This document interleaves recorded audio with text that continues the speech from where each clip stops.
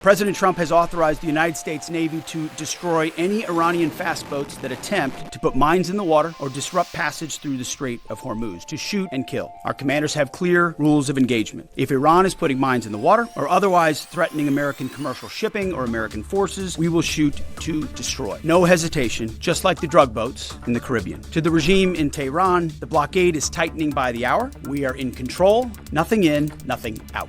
Iran's battered military, the IRGC specifically, has been reduced to a gang of pirates with a flag. They cloak their aggression in slogans, but the world now sees them for what they are: criminals on the high seas. They don't control anything. They're acting like pirates, acting like terrorists. They're the ones who lay indiscriminate mines, who shoot at random ships, who killed 45,000 of their own people, innocent protesters, in the course of weeks. Their own people. They are the bad actors. The vessels that the Iranians seized in recent days, a couple of them, they're not American ships. They're not Israeli ships. They're just random ships that they drove their little speedboats up to and shot at those ships with AK-47s. Anyone with a speedboat, a gun, and the wrong intentions can do that. They know that we, the United States of America, control the flow of global shipping, and we know that they know. Their real navy is at the bottom of the Arabian Gulf. America's military is unmatched, projecting power, denying passage to adversaries, and protecting our interest at the time and place of our choosing. No one sails from the Strait of Hormuz to anywhere in the world without the permission of the United States Navy. We'll take a few questions. Thank you. In your estimation, have there been increased or decreased instances of Iranian vessels either approaching or trying to breach the blockade the longer it is in effect? And another question about the mine threat. Has the mine threat been neutralized enough to facilitate freer flow in the straits? Well, to the second question, first of all, we are seeing vessels transiting. There are paths that are open. And part of what the president is threatening is ensuring if there's attempts to recklessly and irresponsibly lay more mines, we're going to deal with that. It's a violation of the ceasefire. So transit is occurring, much more limited than anybody would like to see, and with more risk than people would like to see. But that's because Iran is doing irresponsible things with small fast boats, crafts, like I said, with weapons on them. These are commercial ships, in some cases cruise ships that came through being threatened by these. So as far as breaching the blockade, it's been a pretty consistent. There were a number of ships at the beginning. Then you had the interdiction that the chairman described, where we took out the engine room and disabled that ship. I think that sent a very clear sign that this is not a fake blockade. This is a real, full blockade. We'll use up to and including lethal force if necessary. And that stopped, and other ships have taken note of that. So any ships that have attempted, there's been levels of escalation, but none that far, and they've turned around. Absolutely. Yes. Good morning, Mr. Secretary, Mr. Chairman. David Zier, Real America's Voice. To follow up on Alexandra's question, how big are these mine-laying boats? Can they be achieved from fast boats? And I wanted to follow up my last week question about as jet fuel stocks in Europe reportedly are only about 6 weeks left. They get most of their jet fuel from the Gulf. Have any European countries reached out to assist in cordoning off the strait and participating in escorts? I know there's a lot of talks.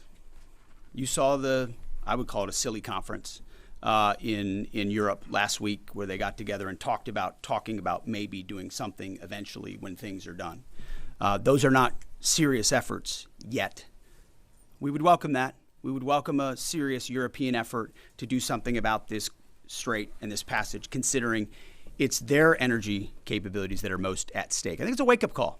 It's a wake-up call for countries around the world. Either you have capabilities or you don't. Otherwise, you're at the behest of a country like Iran, and the only country that can do something about it is the United States military. Do you want to talk about the mines and the small crafts? They have a variety of smaller Boston whaler-sized boats. We have forces up there deterring and preventing them from continuing to do that, and we'll continue to do so pursuant to the orders of the Secretary and the President. But reckless mining like that is a violation of the ceasefire. To do that. And very unwise to do. Absolutely. Jerry. Thank you. Pope Leo has made some strident comments about the war in Iran, and the U.S. Conference of Catholic Bishops recently put out a statement suggesting that the war does not fit the requirements of just war theory. And I wondered if the Pentagon had thought about this war against the terrorist regime in Iran in terms of the framework of a just war, and if either one of you could talk about that. And then just my second question would be, the Pentagon recently, this week, gave well-deserved award upgrades to the members of Gulf Company 2-1 Marines who served at HKI and Abbey Gate during the withdrawal and evacuation. I wondered if you Mr. Secretary, could speak a little bit about that and maybe give us a little bit more in terms of what to expect from this Afghanistan review in terms of further proper recognition and proper accountability. On the first question, Pope's going to do his thing. That's fine. We know what our mission is. We know what authority we have. We're very clear about that. We follow that.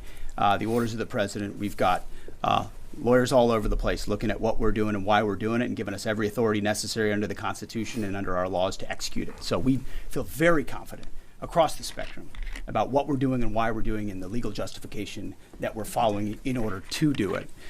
You mentioned the Marines at Abbey Gate. And what we've undertaken at this department is a historic Afghanistan review. So we have, over the course of months, reviewed what happened leading up to and including the events at Abbey Gate and the disastrous withdrawal in Afghanistan. There's never actually been a full accounting in this department of the decisions that were made. There's been sort of papered over congressional attempts, but never a real deep dive where we brought everybody in to talk about what happened and why it happened. That has happened. That review will come later this summer, and I think you'll find it to be probably the most comprehensive review this department has ever done about a single series of events. And it's because the cascading effect of what Joe Biden did in abandoning that mission the way that he did and that disastrous withdrawal had ripple effects for our military, for our country, and for the world. That's why reestablishing deterrence is one of the core pillars of what we've been doing at the War Department, is because the world looked at that disaster and made choices. Vladimir Putin made choices. Hamas made choices and saw that America wouldn't do anything about it. Houthis shot at ships. They made choices because Joe Biden and his administration were seen as feckless and weak. And that withdrawal was a part of what the world saw, people hanging to planes as we fled. That deserves a full accounting, which is exactly what we're doing. Sean Parnell, our chief spokesman, one of my senior advisors, has been leading that effort, getting to the bottom of it. And one of the revelations was that those Marines at Abbey Gate who showed courage, who were out there exposed, knew there was a threat, nebulous mission, the only gate that's open, did not receive the kind of proper recognition they should have for their heroism. So one of the early results of this Afghan review is to ensure they get the due recognition and award they deserve for the heroism and courage they showed at that gate. Despite the bad decisions of this building and that administration, those Marines acted heroically, and we're going to recognize them for that. Jerry, thank you. Yeah, right here. Thank you. Michael Casey with O'Keefe Media Group. Earlier this week, James O'Keefe published a story on Department of Army Nuclear Chief Andrew Hugg, who revealed top secret national security information to a stranger he met on a dating app. Will you defer Mr. Hugg for termination and prosecution? Yeah, he won't work here anymore. And given the revelations, It's an easy one. will any changes be made to the current anti-espionage training for all Department of War employees now, given this? Well, we're always on the lookout for CI threats, any internal threats, anyone talking out of school about things they should not. We take leaking very seriously here, informally or formally, which is why some of the reporting done by some of the people in here is incredibly problematic. They're willing to publish things based on classified information that would potentially harm those in harm's way. And we think them doing so is incredibly irresponsible and unpatriotic. And it would encourage members of the press to think twice about the lives they're affecting when they publish things in their publications like the New York Times. Mr. Yes, Chairman, Mr. right Chairman, here. Was the Tuska carrying single-use equipment to China? Sir, so I'm sorry, the question's right here. Thank you. Ryan Morgan with the Epic Times. Earlier this week, on that topic, there was a report, I believe, with the Washington Post that the Pentagon had briefed Congress that it could take up to 6 months to fully sweep the Strait of Hormuz for mines. I was wondering if you could comment a little bit more on the specifics of the timeline, the range of time that it could take, and then just a general idea of how many mines have been placed. We would not speculate on a timeline. I saw that report. It was based on, again, another leak from a closed-door session, which was supposed to be classified, and apparently, allegedly, that was something that was said about we feel confident in our ability in the correct period of time to clear any mines that we identify. And would encourage other countries to be a part of such an effort as well. But we're tracking that very closely. Mr. Chairman, do you want to add anything to that? No, sir. I think you covered it. Right here, new members of our press corps here. Jacob Wasserman with TMZ DC. We have two questions. I'm going to ask the first. My colleague will ask the second. You know, I've heard you talk a lot about bombing. We'll see. Sorry? We'll see. Okay. I've heard you talk a lot about bombing people and places. And when you give these orders to carry out this extreme level of violence, what's going through your mind and your body? Do you have like an adrenaline rush? Are you scared? Do you feel like you're on a power trip? Just walk us through and paint us a picture of what it feels like mentally and physically. It's a very TMZ question. My only thought process is to ensure that our warfighters have everything they need to be successful, defeat and destroy the enemy, and they come home. I want them to feel empowered, to have every authority they need within our rules and within our law to bring maximum violence to the enemy. Because war is violent, war requires doing difficult things, but I want our people to feel empowered, so it's our guys that come home and their guys that do not. And sure, I'll give you one chance. Charlie Cotton from TMZ DC. You changed the Department of Defense to the Department of War. Would you consider changing the name again to the Department of Peace, since that's what we're all after? Well, that's the pursuit. It's a great question, actually. You go from defense to war because you want to be proactive about peace through strength. And really, I gave a speech in front of generals about what the ethos of the War Department is all about, because I wanted to go through every echelon of this department. It means something. It's not just words.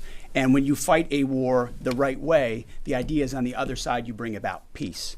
That is what we'd like to see the most. In fact, I once did a video about the one institution that should win the Nobel Peace Prize every single year is the United States military, because we are the guarantor of the safety and security of, not just of our country, but of a lot of people in this world. Last question. Yes, sir. Thank you very much, Mr. Secretary. I do appreciate your time. Since February 28, 725 drones and missiles have hit the Kurdistan region as your loyal ally, killing 22 people and injuring 100 others. Even after the ceasefire, Mr. Secretary, 20 more attacks were carried out. My question is, does that ceasefire include Iraq and the Kurdistan region? And really, what is your clear policy toward Proxies? Why I am asking this question, by President Masoud Barzani's statement, 5 times targeting his office, even targeting President of Kurdistan region residents in Duhok city. We watch it very closely, and that area and those folks, the Kurds, deal with a lot of what the IAMGs or the proxies are capable of doing. And a reminder of the reverberating effect of this Iranian regime. It's not just what it does to its own people, killing 45,000 of its own citizens just recently, but it's also the terror they've brought to the region. And so getting a good deal and making sure they can't wield a nuclear weapon over top of those proxies is why this mission is such an important one.